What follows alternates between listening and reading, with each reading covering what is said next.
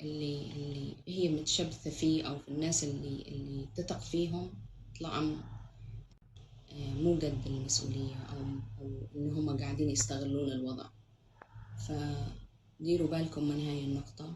ديروا بالكم إنه أي أحد يستغلكم، إنه أي أحد يعرف نقاط ضعفكم. وأنا إن شاء الله في الأيام الجاية رح أتكلم، ولازم أتكلم، لأن خلاص ما في مفر، ما في مفر، خاصة لما أنت تنوض يعني تكون في كورنر، ما تقدر انك انت لازم تتكلم ولازم تدافع عن حالك ولازم كل الناس تعرف شنو هي، لانه الكل قاعد يتفلسف والكل قاعد ما اقصد انا فئة معينة، بس ان في فئة من الفئات انه قاعدين هم يتفلسفوا.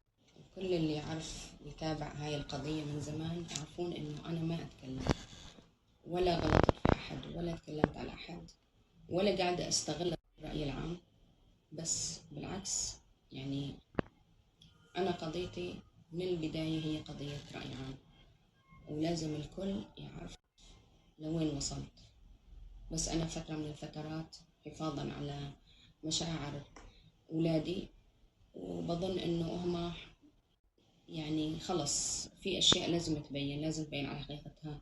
لازم إن الناس تعرف شنو الموضوع. ومن حقي إنه أنا أتكلم وأدافع عن حالي، مثل ما في بعض الفئات يقولون إنه أنا عم بستغل مثلا بنتي، أو بنتي ضايعة، أو بنتي تحتاج إلى إرشاد. وأنا بالعكس أنا ما قصرت، كل أم فعلا ما بتقصر مع أولادها،